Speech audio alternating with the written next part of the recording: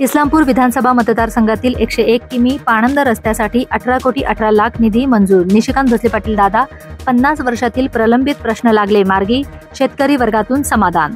इस्लामपूर विधानसभा मतदारसंघामध्ये गेल्या 50 वर्षापासून प्रलंबित असलेले पाणंद रस्त्यांना 18,18,00,000 इतका निधी मंजूर झाला असल्याची माहिती भाजपाचे जिल्हाध्यक्ष व इस्लामपूर विधानसभा निवडणूक प्रमुख निशिकांत भोसले पाटील दादा यांनी दिली। यावेळी बोलताना निशिकांत भोसले पाटील दादा म्हणाले, गेल्या 40 ते 50 वर्षापासून इस्लामपूर विधानसभा मतदारसंघातील पाणंद रस्ते विकसित व्हावे म्हणून शेतकरी वर्गाची मागणी होती। अलीकडे 2 महिन्यामध्ये मतदारसंघातील विविध गावातील शेतकरी वर्ग प्रत्यक्ष भेटून पाणंद रस्त्याची दुरवस्था माझ्यासमोर मांडली। काही रस्त्याची बिकट असलेली अवस्था व्हिडिओद्वारे दाखवण्यात आली। यामुळे कष्टकरी शेतकरी वर्गाला ऐन पावसाळ्यामध्ये तारेची कसरत करावी लागणार आहे। हा प्रश्न गेल्या अनेक वर्षापासून असल्याने हा प्रश्न मार्गी लावण्यासाठी मी सक्षम भेटून महाराष्ट्र राज्याचे उपमुख्यमंत्री देवेंद्र फडणवीस यांना परिस्थिती सांगितली व हे प्रश्न मार्गी लावण्यासाठी निधीची मागणी केली असता तात्काळ हा निधी उपलब्ध करून दिला। यामुळे हा शेतकरी वर्गाचा जिव्हाळ्याचा प्रश्न मार्गी लागला आहे।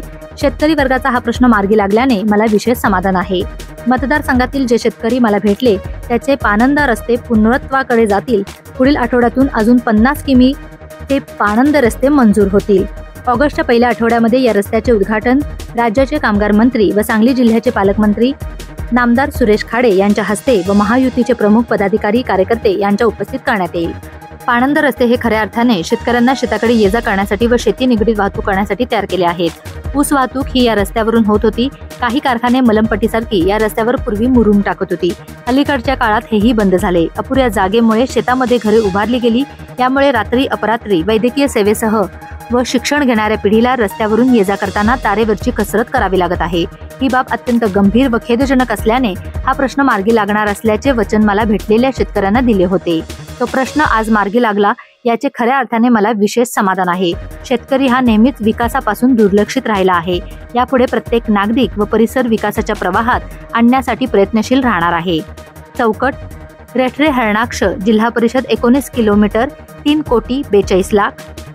बोरगाव जिल्हा परिषद 17.5 किमी 3,15,00,000। वाळवा जिल्हा परिषद 11.5 किमी 2,07,00,000।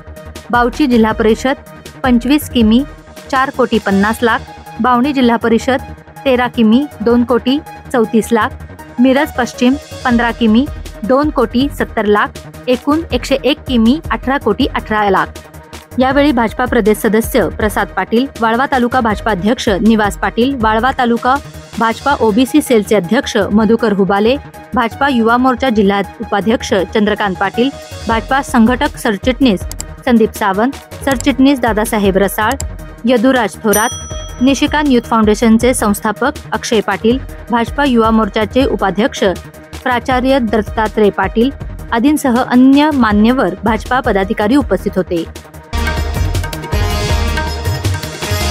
सांगली डिजिटल जमाना, डिजिटल बातम्या।